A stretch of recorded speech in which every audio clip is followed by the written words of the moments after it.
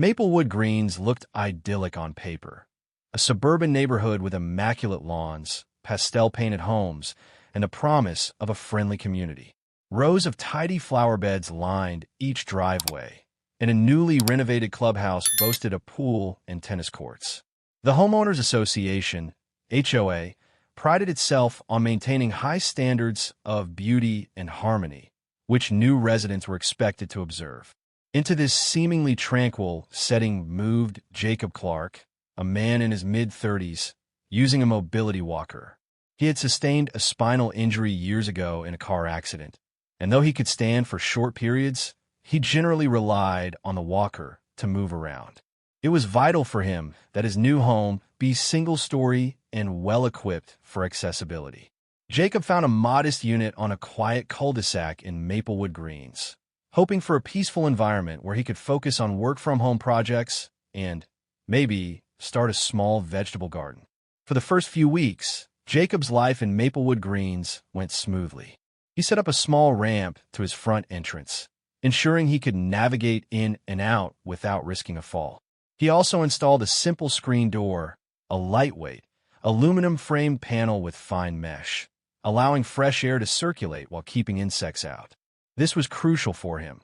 The mild climate invited mosquitoes, and he found that the screen door helped maintain a comfortable, breezy atmosphere inside. Neighbors initially seemed kind. People waved politely as they passed his driveway, occasionally offering a welcome to the neighborhood from across the street. Jacob felt relieved. With his disability, he preferred a calm setting with considerate neighbors. Little did he know that behind the friendly nods and pastel facades lurked a small cadre of HOA zealots, at the forefront of which stood Lucinda Farnell, known informally, and sometimes not so informally, as Karen. The Maplewood Greens HOA was governed by a board of 5, each with specific roles. Lucinda Farnell, the Karen of the community, was in her early 50s, with impeccably coiffed hair and a wardrobe full of pastel suit sets. She took immense pride in patrolling the neighborhood daily, clipboard in hand, issuing notices for every perceived infraction. A slightly overgrown hedge, a mailbox that wasn't the correct shade of gray, or a vehicle parked 6 inches onto the curb. Most residents tried to avoid conflicts with her, either complying quickly with her petty demands or lying low. But Karen's sense of authority only grew with each small victory.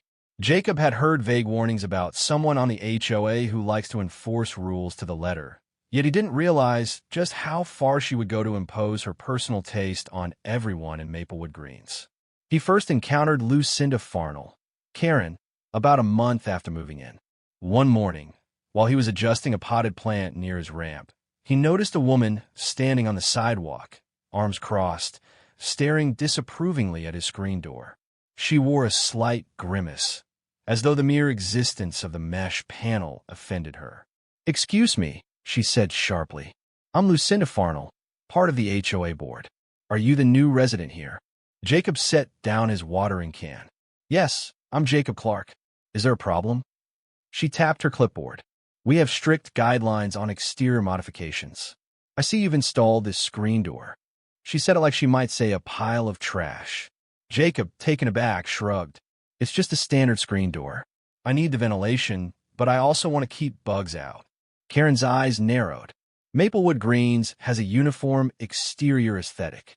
Typically, screen doors must be submitted for approval. We prefer white frames or designs that match the community style. Yours is silver metal, correct?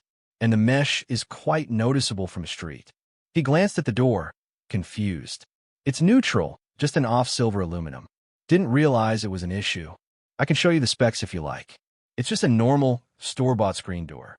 Karen sniffed. "We'll see. I might have to bring this up with the board if it's not within guidelines." Then she turned on her heel, marched back to the sidewalk, and continued on her patrol. Jacob blinked, uncertain whether to be annoyed or amused. "Sure," he called after her. "Let me know what you need." She did not respond. With a slight unease in his chest, he watched her go, not realizing this was just the beginning of her fixation on his unattractive screen door. Over the next few days, Jacob discovered an official-looking notice slipped under his door. It bore the HOA letterhead and read, Dear Mr. Clark, we have been informed of a recently installed screen door at your residence. As per Maplewood Green's guidelines, all exterior modifications must undergo design approval.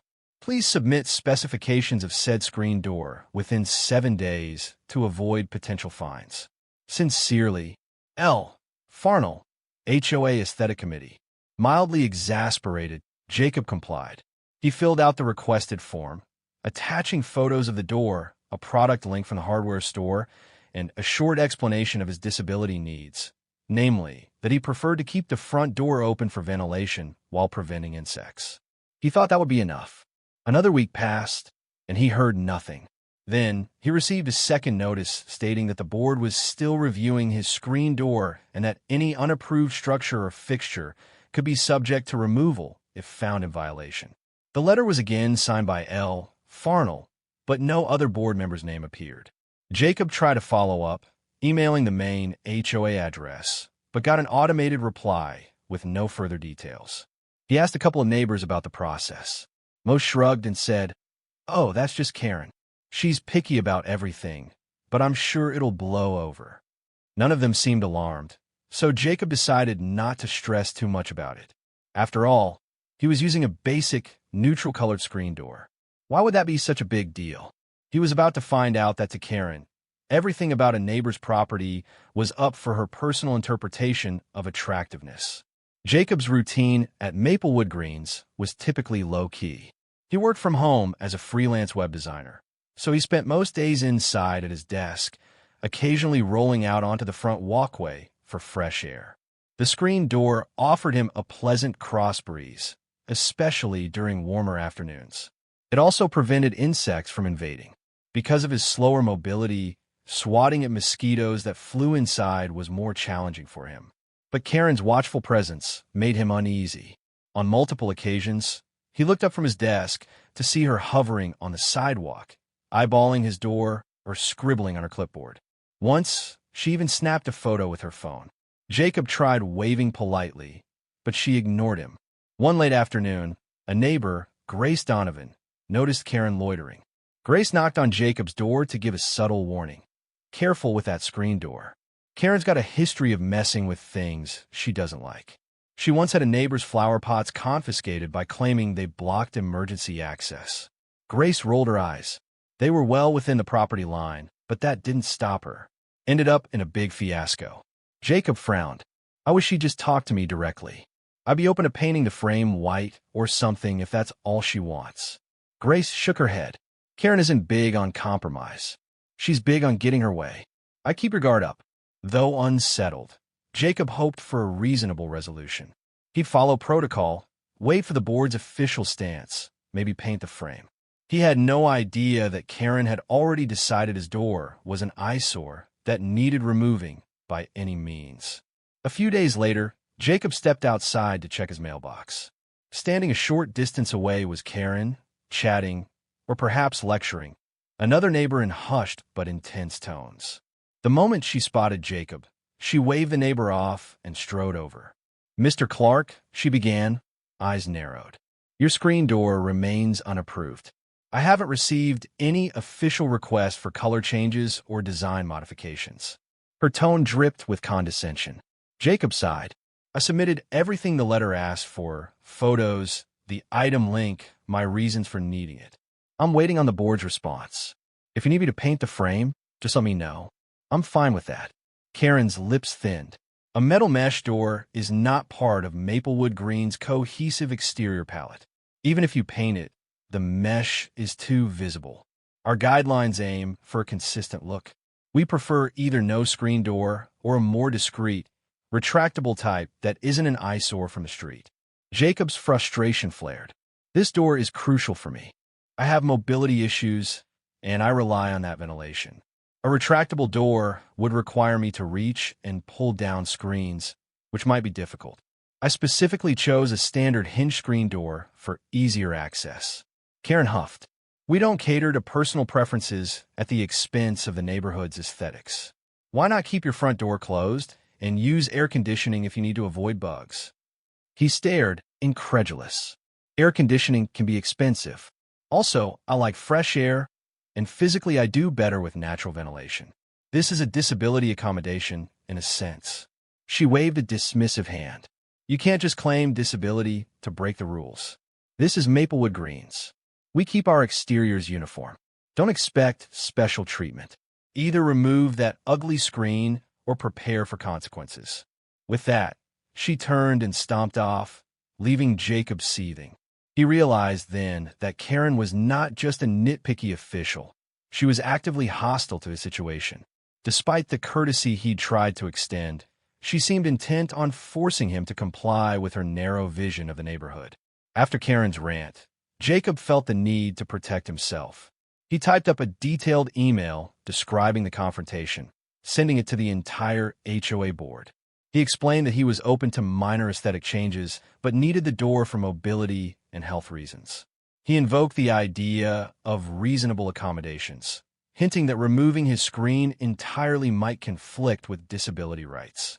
A few days passed. One board member, Michelle Lee, responded sympathetically, writing that she understood his concerns and believed the board could find compromise. She asked for patience while they discussed the matter internally. Another board member, Carlton Webb, was non-committal in his brief reply, saying only that he appreciated Jacob's thoroughness. However, Jacob heard nothing from the other 3 board members. He suspected Karen's influence behind the scenes, possibly stalling the process or downplaying his needs. Grace Donovan confirmed that Karen held quite a bit of sway, having been on the board for years and forging alliances with certain members who rarely question her nitpicking. Fearing a direct confrontation, Jacob decided to document everything. Phone pictures of the door, copies of every letter, and notes of each conversation with Karen. He also began discreetly asking neighbors if they had faced similar harassment and how they dealt with it. Several had. One older couple recounted how Karen threatened fines over their decorative wreath because it was too large and gaudy.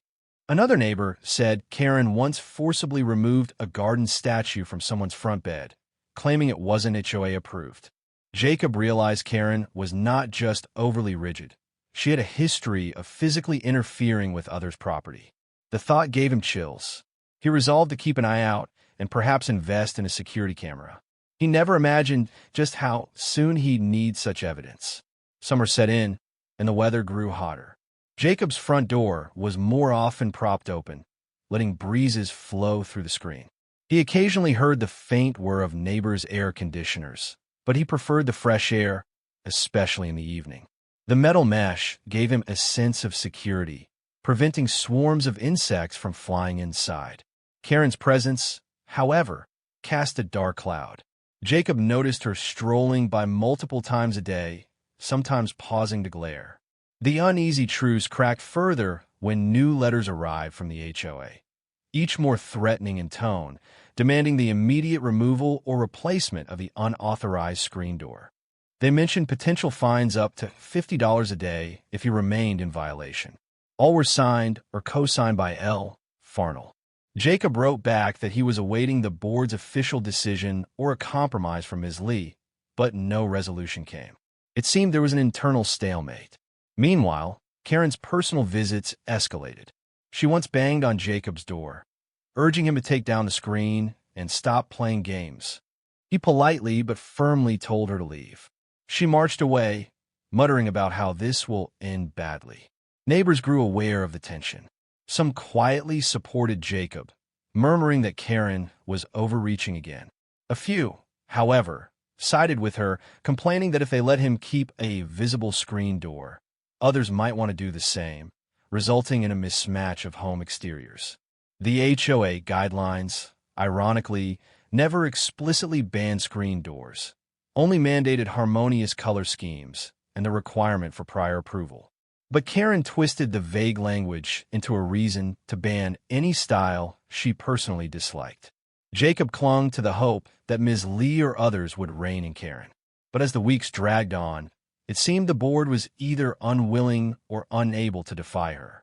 The tension thickened, building to a point of no return. It happened on a sweltering afternoon in mid-July. The sun beat down mercilessly, and Jacob, feeling the heat, decided to rest indoors with the screen door open to circulate air.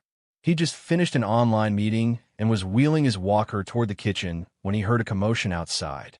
A sudden loud scraping and banging noise came from the front entrance.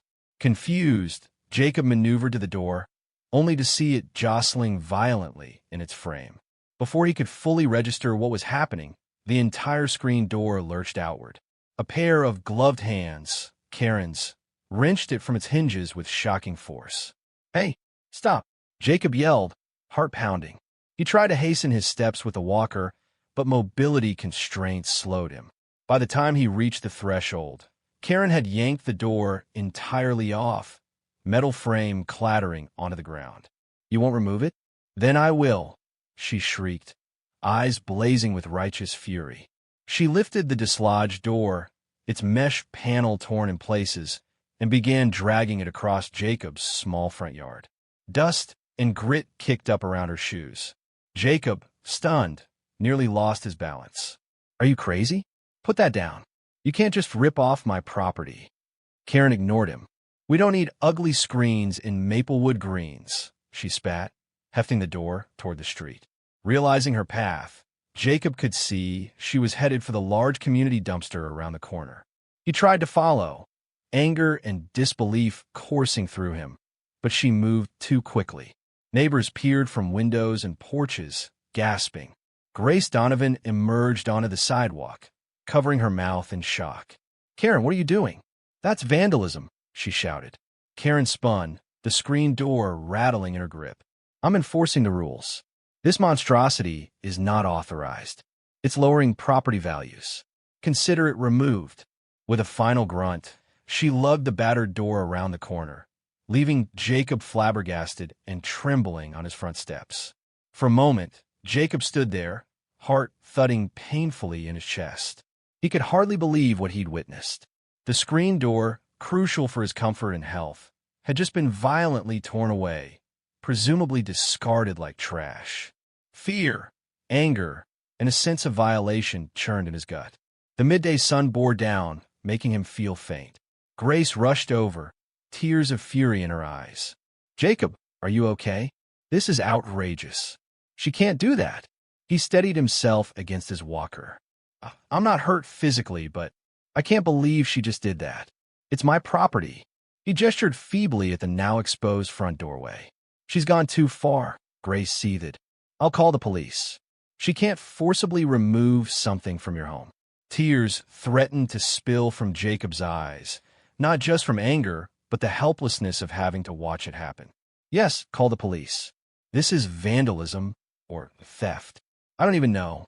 Within minutes, Grace dialed 911, explaining the situation. An HOA member had forcibly removed a disabled resident's screen door without consent. The dispatcher promised to send an officer. Meanwhile, other neighbors gathered, murmuring in shock.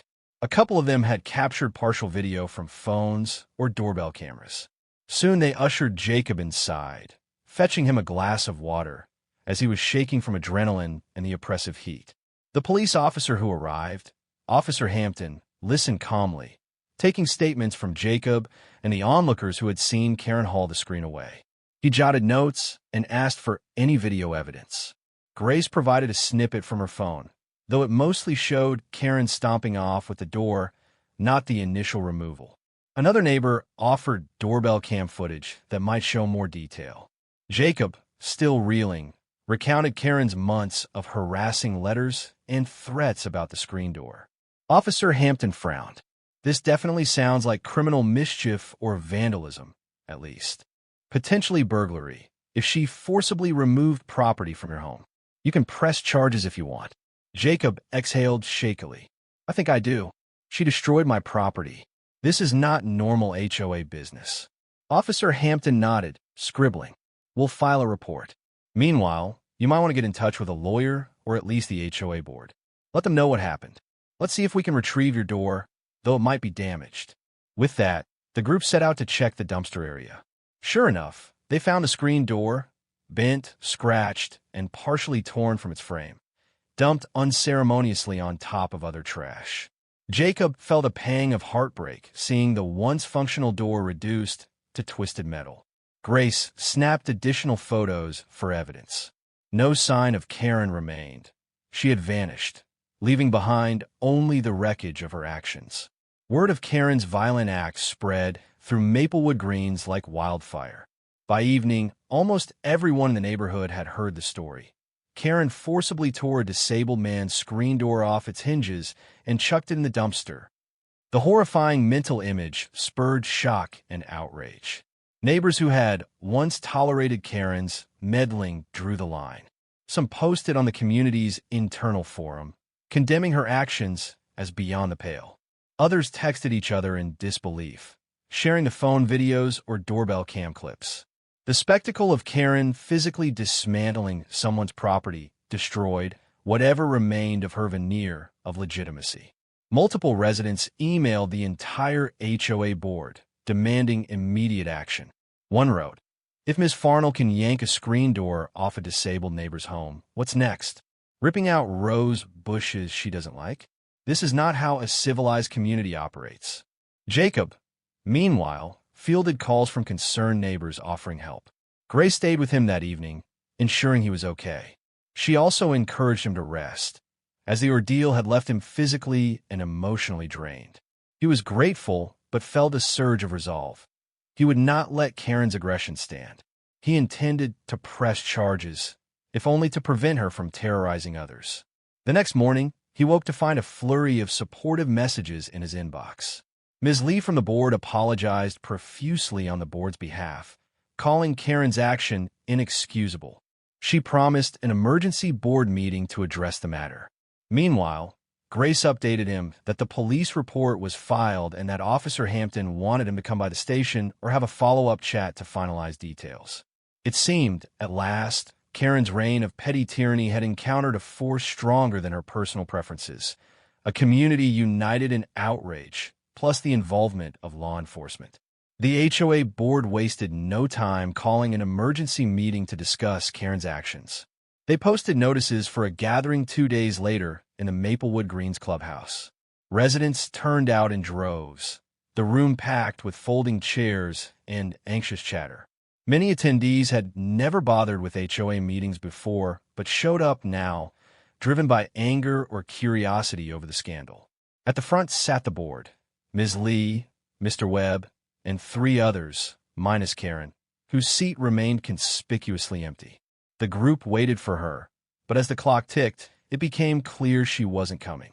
Ms. Lee cleared her throat, calling the meeting to order.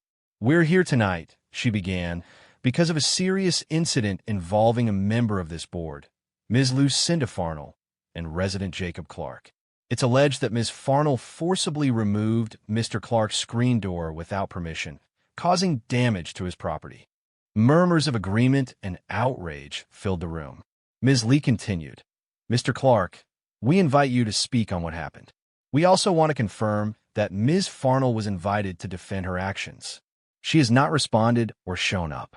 Jacob, sitting in the front row, nervously moved his walker forward. He cleared his throat. "Thank you for letting me speak. I've documented how Ms. Farnell repeatedly threatened me about my screen door. She claimed it violated guidelines. Despite my willingness to compromise, she insisted it was unacceptable. Then, 2 days ago, she stormed onto my property and literally tore the door off, throwing it in the dumpster. I filed a police report for vandalism." Gasps and shaking heads rippled through the audience. A neighbor raised his hand, calling out, "I saw her do it. She was screaming about ugly screens." Another neighbor stood up, waving phone footage.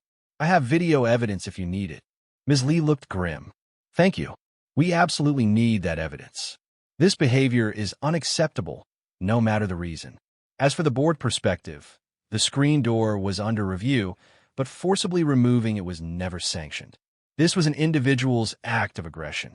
Mr. Webb chimed in, "We will hold a formal vote on whether to censure Ms. Farnell, remove her from the board, and possibly refer the matter to legal counsel if the community sees fit." Cheers and applause erupted. Ms. Lee hammered the gavel lightly, calling for order. "We also want to assure Mr. Clark that the HOA does not endorse Ms. Farnell's behavior and will work to rectify the damage. If the majority agrees, the HOA can help finance a replacement screen door that meets both aesthetic guidelines and Mr. Clark's accessibility needs. The crowd applauded again. Jacob felt a wave of relief.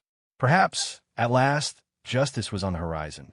The meeting ended with widespread agreement that Karen had to face consequences. While the official board vote would be scheduled soon, the public sentiment was clear: Maplewood Greens would not tolerate her tyranny any longer. While the HOA machinations continued, the police matter advanced. Officer Hampton contacted Jacob to confirm additional details: how expensive the screen door was, whether he had insurance, and if he wanted to press criminal charges. Jacob weighed the emotional toll of going through a court process. But the principle of the matter spurred him on. Karen's act was not just petty vandalism. It was an outright assault on his autonomy. "Yes, I want to press charges," he told Officer Hampton. "I'm disabled. That door was essential for my daily comfort and safety. She deliberately destroyed it to bully me. If we let her get away with it, who knows what she'll do next?" The police officer commended his resolve. "We'll need your official statement in writing, plus any video evidence. The DA's office can then decide if they'll prosecute. Ms. Farnell might also have the option to settle or pay restitution. But either way, you have the right to pursue it." Jacob submitted everything. Grace and a few neighbors provided witness statements, describing Karen's aggressive demeanor and the moment she tore off the door. Another had doorbell footage clearly showing Karen wrestling the screen from its hinges. With that evidence in hand, the police had a solid case for property damage or criminal mischief. The day after, Karen was served with a summons to appear for questioning. Jacob felt some vindication, though the process weighed on him. Lawsuits, criminal charges, and anxiety about potential retaliation troubled his thoughts. Yet the community's support emboldened him. "You're doing the right thing," Grace insisted. "She's bullied us all, but you're the first with enough cause and courage to stand up." He only hoped the legal route would ensure Karen never pulled such a stunt again, whether with him or anyone else. Amid the mounting legal pressure and the looming HOA board vote, Karen vanished from public view. Neighbors noted her car was gone for days, and her curtains remained closed. Some wondered if she'd fled to avoid consequences. Others guessed she was consulting lawyers or lying low to calm the scandal. Maplewood Greens felt lighter in her absence, though tension still simmered. Jacob began receiving messages from board members expressing solidarity. They assured him that, in the upcoming meeting, they'd vote to remove Karen from her position. "We can't have someone like that representing Maplewood Greens," wrote Ms. Lee. "We're also exploring a policy to better accommodate residents with mobility or health needs. Your case has opened our eyes." Meanwhile, the local rumor mill churned. A few speculated Karen might return with a vengeance. "She's done things like this before," disappears, then tries to spin a sob story about being attacked or victimized, recounted one long-term resident. Still, with video evidence so damning, it seemed unlikely she could spin her way out unscathed. Jacob focused on healing. Without the screen, he resorted to keeping his front door closed most of the time, relying on fans and occasional air conditioning. Insects occasionally wandered in if he tried to crack the door open, irritating him further. Yet offers came pouring in from neighbors. One offered a temporary net screen, another offered to help buy a new door. Jacob decided to wait for the HOA's official help, hopeful they'd keep their promise of a better replacement. He refused to let Karen's cruelty overshadow the emerging sense of community around him. In mid-August, the HOA convened for the formal vote on Karen's status. The meeting was jam-packed once again, with many residents clamoring for seats. Ms. Lee and Mr. Webb led the session, presenting the evidence of Karen's vandalism: eyewitness accounts, phone videos, doorbell cam footage, and the police report. Since Karen was absent and had provided no statement, the board proceeded without her input. Ms. Lee recited a summary.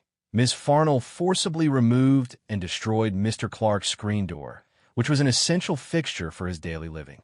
Her actions violate multiple HOA bylaws, including ones about respecting neighbors' property, as well as basic legal statutes. We recommend her immediate removal from the board and an official censure that bars her from rejoining for at least 2 years. Residents clapped vigorously. One board member asked if the entire board was in agreement. Another, who had once been Karen's ally, sighed and admitted, "I can't condone what she did. Yes, I vote for removal." The final tally was unanimous. A second vote addressed restitution, whether the HOA should, at its expense, finance a new, higher-quality screen door for Jacob.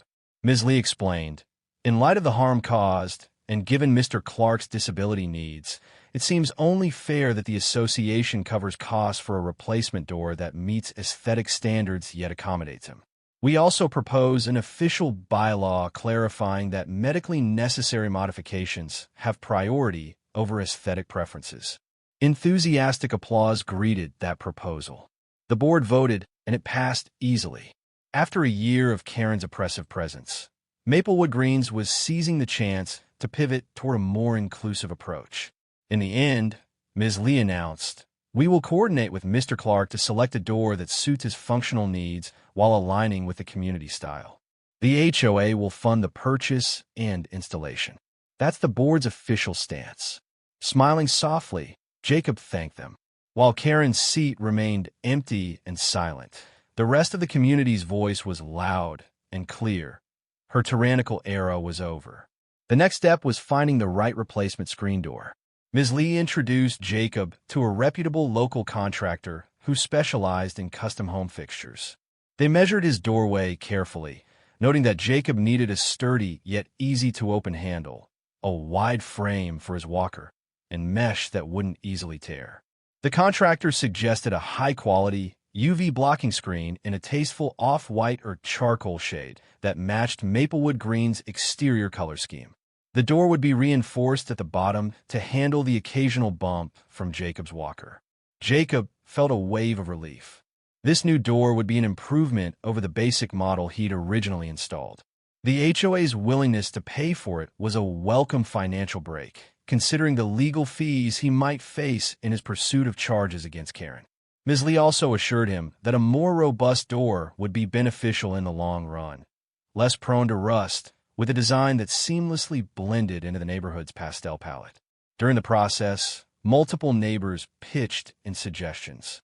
Grace insisted on a design with a subtle decorative element, like a small pattern on the mesh, so it wouldn't look too sterile. Another neighbor, a retired architect, recommended a self-closing hinge mechanism that wouldn't slam shut or pose a hazard. The discussion was lively and supportive, an ironic twist that Karen's destructiveness led the entire community to rally behind Jacob in designing a door that not only served his needs, but elevated the block's visual appeal. Within 2 weeks, the order was placed. The contractor scheduled an installation date. The day they installed the new screen door, a small crowd of curious onlookers gathered on the sidewalk, cheering lightly when it was finally in place. Jacob gave it a test, pushing it open with his walker. It swung smoothly, latched quietly, and looked surprisingly elegant. "Guess we owe it all to Karen," Grace remarked wryly. "If she hadn't thrown a tantrum, you might still have the old door." Jacob chuckled, the irony not lost on him. With his new screen door, Jacob felt a sense of normalcy return. He could once again enjoy fresh air without battling mosquitoes or letting in too much heat. The door's self-closing hinge and gentle handle made daily use even more convenient. Plus, it was undeniably stylish, matching the paint trim on his home's exterior. Neighbors passing by often complimented the door, remarking how it actually enhanced the house's curb appeal. The ordeal with Karen had ironically secured a better outcome for Jacob than he ever expected. Yet the emotional scars lingered. For weeks, he occasionally startled at the sound of footsteps outside, fearing it might be her. He also found himself double-checking that the door was still there whenever he returned from errands. The sense of violation from her outburst wasn't easily forgotten. Meanwhile, Maplewood Greens adjusted to life post-Karen. Freed from her micromanagement, residents felt more relaxed. Ms. Lee led a small committee to revise the HOA guidelines, ensuring that in the future, functional or medical accommodations wouldn't be hindered by aesthetic rules. They even planned to form a Neighbors Helping Neighbors program, encouraging volunteers to assist older or disabled residents with small tasks around the home, a step to foster a more inclusive, caring environment. Jacob was invited to join that committee as an advisor to share perspectives on how to accommodate special needs. Though still recovering from the drama, he accepted. If his experience could help others avoid a similar nightmare, it was worth it. While Maplewood Greens moved forward, the legal wheels turned. The local district attorney considered the evidence against Karen for property damage, factoring in the footage, witness accounts, and the violent nature of her act. Ultimately, they offered Karen a plea deal: pay full restitution, attend anger management, and serve community service, or face charges in court. Karen, cornered and lacking board allies, reportedly accepted the deal. She reimbursed the HOA for the cost of the old door and partially for the new one, though the HOA had already covered the new door's purchase. She also paid Jacob a small sum for emotional distress. Once the arrangement was finalized, the matter stayed out of lengthy court battles, though the judge's records would reflect her misdemeanor offense. Jacob felt a measure of satisfaction. Justice had been served, though no legal outcome could fully undo the trauma. He suspected Karen harbored deep resentment, but at least the law recognized her wrongdoing. Rumor had it she was planning to sell her house and leave Maplewood Greens, humiliated by the entire fiasco. No official for sale sign appeared yet, but neighbors whispered that they wouldn't be surprised if she vanished quietly one night. A sense of closure settled over Jacob. The sight of his new screen door, strong and stylish, symbolized that he had stood up for himself. He wasn't just a victim. He was someone who had insisted on his rights, forging a path for future residents who might have special needs. And he wasn't alone. The community had rallied to ensure that Maplewood Greens truly lived up to its promise of a supportive neighborhood. As summer waned, the evenings grew more pleasant, with cooler breezes drifting through Maplewood Greens. One twilight, Jacob sat behind his newly installed screen door, enjoying the mild air. Through the mesh, he could see neighbors walking dogs or chatting on driveways. A hush had fallen over the block, but it wasn't the tense hush from weeks prior.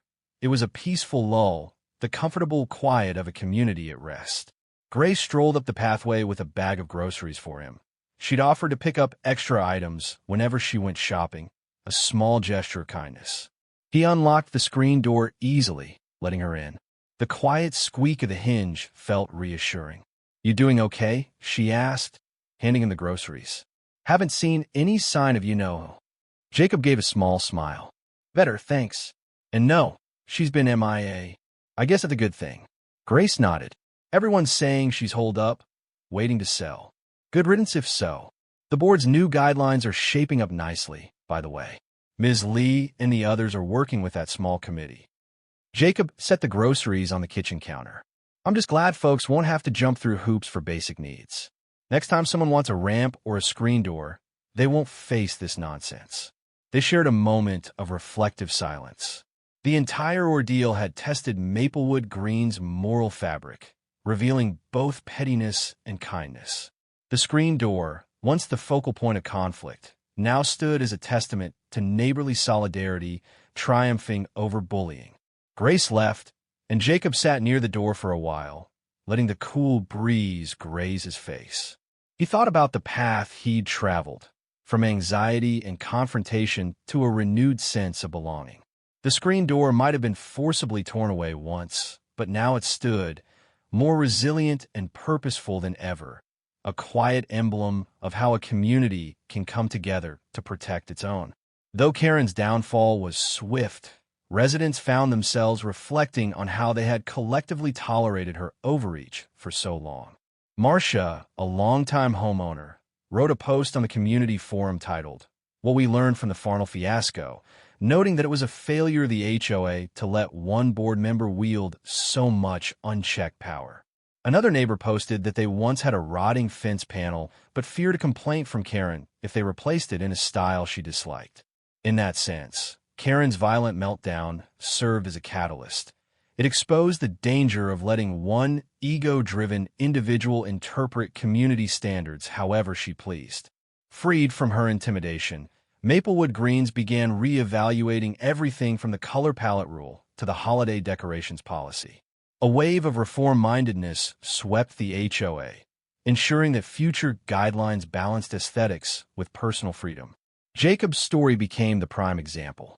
The new reasonable accommodations clause in the bylaws read, "Any fixture or modification necessary for a resident's medical or accessibility needs shall be permitted, with minimal aesthetic constraints, so long as it does not pose a genuine safety hazard." Ms. Lee credited Jacob for highlighting that a home's appearance shouldn't override the occupant's well-being. In a private moment, Ms. Lee apologized to Jacob, admitting the board had been lax about Karen's behavior. "We never expected she'd cross such a line, but we should have reined her in sooner. I'm sorry for what you went through." Jacob appreciated her candor, acknowledging that the entire community had grown from the experience. With Karen's presence minimized, Maplewood Greens revealed a softer side.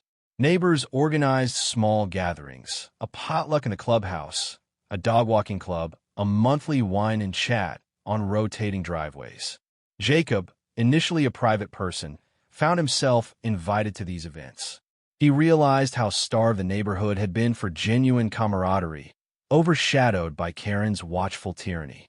During one potluck, a group of neighbors approached Jacob with a surprise, a hamper of small gifts, homemade cookies, a few knitted items, and a gift card for a local spa. "We just want to show appreciation for how you stood up for your rights," said one neighbor. "You set a precedent that we don't have to be bullied over little things." Jacob felt tears prick his eyes. He thanked them, touched by the thoughtfulness. He recalled how alone he'd felt when Karen first started harassing him. Now, that memory contrasted sharply with the outpouring of support and community spirit. The hamper of gifts wasn't about pity, it was about respect. They recognized him as an integral part of Maplewood Greens. In turn, Jacob contributed his own small acts. He used his web design skills to revamp the HOA's archaic website, making it more user-friendly and implementing a straightforward system for requesting exterior modifications. "No more arbitrary confusion," he joked. "Now the rules are spelled out clearly, and any board member can sign off in a transparent process." The board loved it, and Ms. Lee made sure to highlight his volunteer efforts in the next community newsletter. By fall, Maplewood Greens felt rejuvenated. Crisp leaves lined the sidewalks, and the once intimidating hush turned into a gentle, neighborly calm. People waved from across their lawns, confident that no petty tyrant would pounce on them for trivial deviations. Jacob's screen door remained a shining example of how a functional, tasteful fixture could fit seamlessly into the neighborhood's aesthetic. No eyesore, no detriment to property values. Just a small improvement that made someone's life easier. Just when the neighborhood grew used to the idea of Karen's permanent absence, she briefly reemerged. One afternoon, Jacob heard a tentative knock. He opened a new screen door to find Karen on his porch, looking thinner, her once-styled hair pulled back.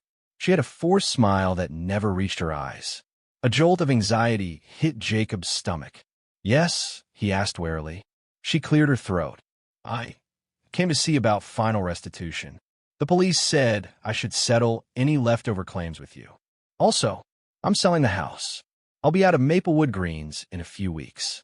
Jacob steadied himself. "I see. Well, I guess we'll finalize whatever the authorities require. Are you here to apologize?" Karen's expression flickered with indignation, then resignation. "What I did was a mistake. I was frustrated. But let's not dwell on that. We can finalize the payment, and then I'll be gone." A flicker of pity stirred in Jacob. She was clearly upset, though not contrite in the warm sense. Perhaps more resentful than remorseful. "All right," he said gently. "I appreciate you covering the damages. It's been a lot to go through." Karen gave a stiff nod. "Yes, well, it's time I move on. Maplewood Greens wants me out anyway." She cast a final glance at the new screen door. "So if they replaced it with something better, I see," she spat bitterly. Jacob stepped back, holding the door with a firm grip. "It's a big improvement indeed," he said quietly. No more words came to him. He felt the tension in the air. She stared a moment longer, then turned and walked away, shoulders rigid. As she disappeared down the sidewalk, Jacob exhaled. He was grateful for the closure. While she didn't offer a heartfelt apology, at least her presence would soon be just a memory. He had no illusions that she'd changed her ways, but at least Maplewood Greens would be free from her tyranny once her house sold. With Karen's final exit looming, the neighborhood turned its attention to the upcoming holiday season. Maplewood Greens typically enforced rigid guidelines on decorations, but with Karen gone from the board, a more relaxed approach prevailed. Residents planned a block party where folks could display lights and festive ornaments without fear of condemnation. Jacob, too, got into the spirit.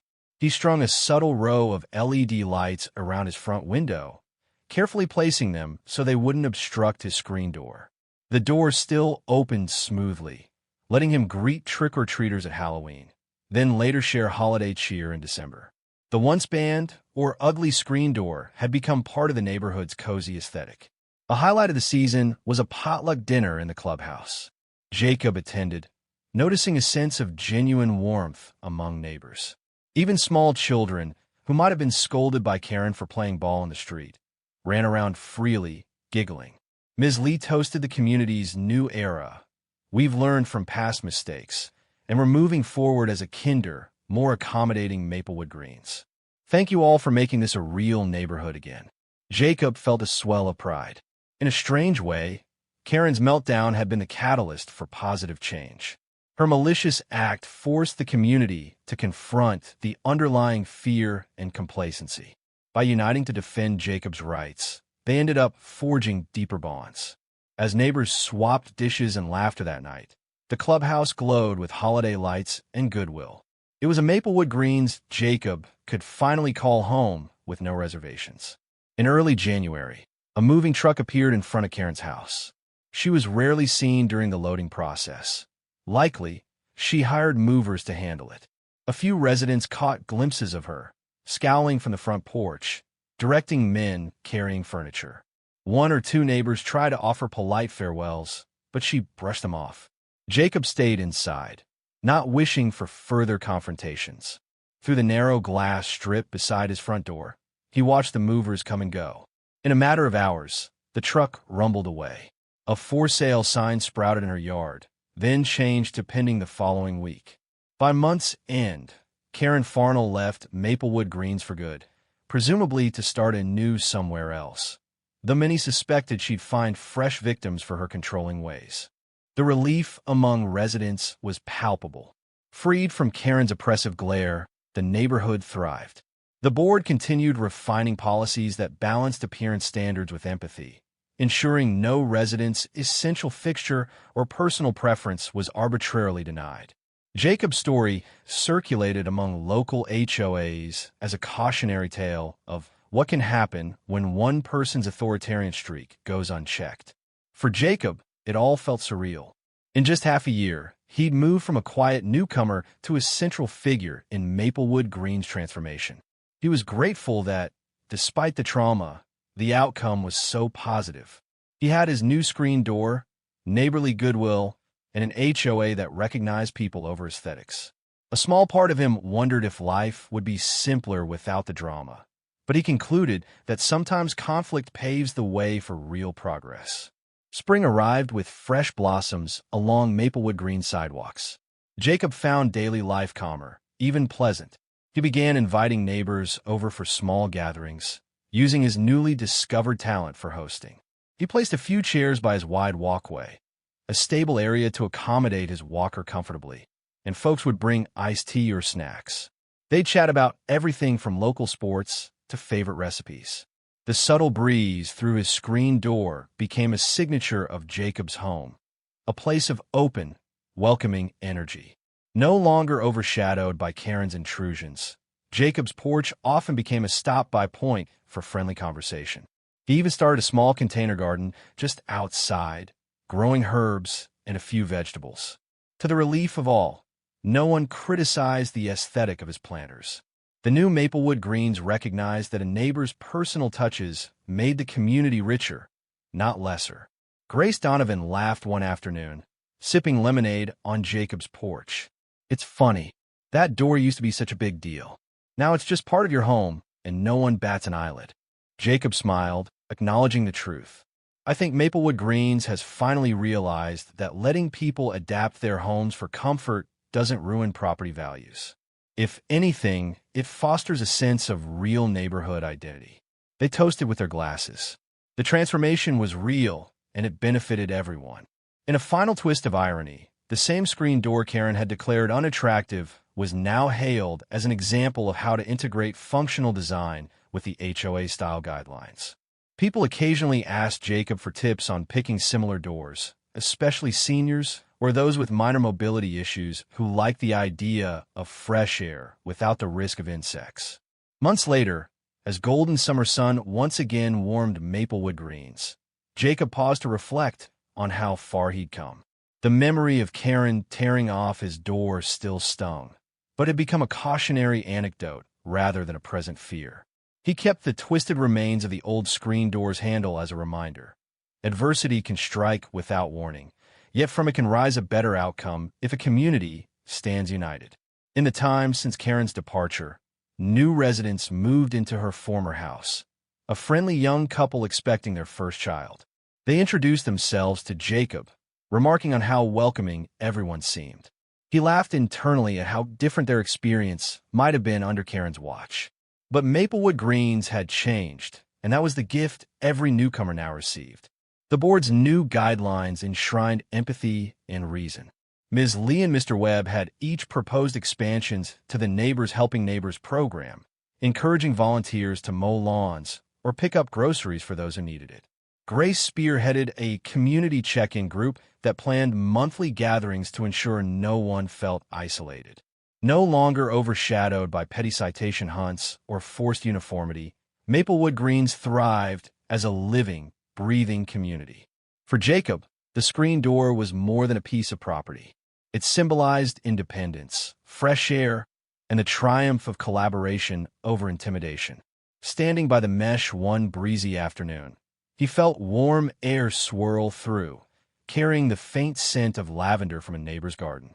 He traced the door's sturdy frame, a testament to resilience, both literal and metaphorical. Sometimes, he mused to himself, the worst conflict unites people in the best way. Outside, children laughed, dogs barked happily, and a gentle hush lay over the tidy lawns. It was just another day in Maplewood Greens, peaceful, inclusive, and truly welcoming, all thanks to a confrontation that forced the neighborhood to choose compassion over conformity.